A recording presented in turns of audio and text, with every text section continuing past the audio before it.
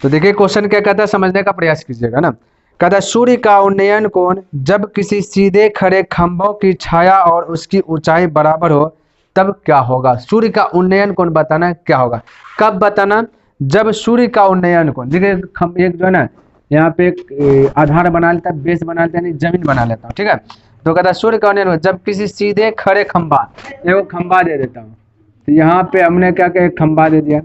जब सीधा खंभा रहता है तो यहाँ पे 90 डिग्री एंगल बनता है, सबको पता है, ठीक है। इसको यहाँ से मिला लीजिए, अगर नाम देने की इच्छा है तो दे दीजिए ए बी सी।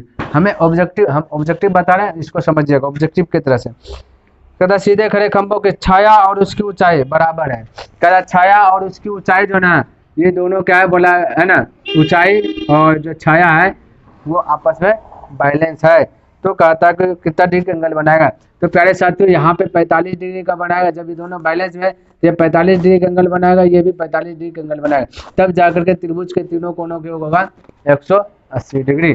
तो 45 डिग्री आपका राइट आंसर हो जाएगा, क्योंकि बोल दिया ऊंचाई और छाया आपका क्या है, बराबर है। तो छाया कहाँ बनेगा, जमीन पे ना बनेगा, ऊंचाई तो खड़ा खंभा है ना, जब ये दोनों आपस में बराबर, ये दोनों लेके ये 90 डिग्री बनेगा, ये सॉरी ये आपका बनेगा 45, ये भी 45, यानी कि आपका राइट आंसर हो जाएगा 45 डिग्री। चलिए एक नंबर क्वेश्चन, और एक क्वेश्चन देखिए इसी से रिलेट है, ठीक है। कहता है सूर्य का उन्नयन कोण जब किसी सीधे खड़े खंभा, फिर से वही बोला कि सूर्य का उन्नयन खंभा खड़ा कर दीजिए सीधा। देखिए ये 2 नंबर प्रश्न बता रहा हूँ, ठीक है, समझ जाएगा। इसको चलिए मिटाइए देता हूँ, या तो रहने देते हैं। ये 2 नंबर कहता है कि सूर्य का उन्नयन कोण जब किसी सीधे खड़े खंभे की छाया और उसकी लंबाई बराबर, यहाँ भी वही बोला छाया और उसकी लंबाई बराबर, यानी ये दोनों आपका सेम है।